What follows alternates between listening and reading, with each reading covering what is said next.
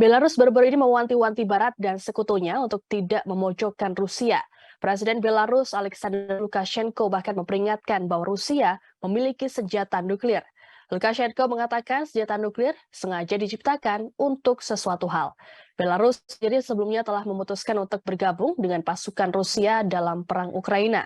Konvoi pertama pasukan Rusia pun telah tiba di Belarus pada Sabtu kemarin.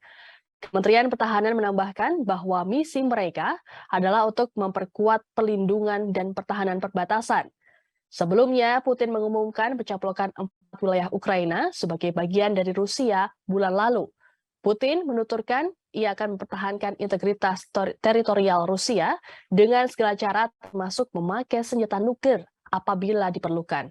Lukashenko mengatakan secara terpisah bahwa ia menempatkan Belarus dalam keadaan siaga terorisme yang meningkat karena ketegangan di perbatasannya. Ia mengaitkan langkah itu dengan pengerahan pasukan Belarus bergabung dengan pasukan Rusia di dekat perbatasan selatan Belarus dan Ukraina. Keputusan terbaru Lukashenko untuk mengerahkan pasukannya ke perbatasan menimbulkan kekhawatiran di Kiev dan Barat bahwa sang presiden mungkin mengirim pasukannya untuk mendukung upaya perang Rusia. Belarus bergantung pada Rusia secara politik dan ekonomi dan dukungan Putin membantu Lukashenko bertahan dari protes massa pro-demokrasi pada 2020.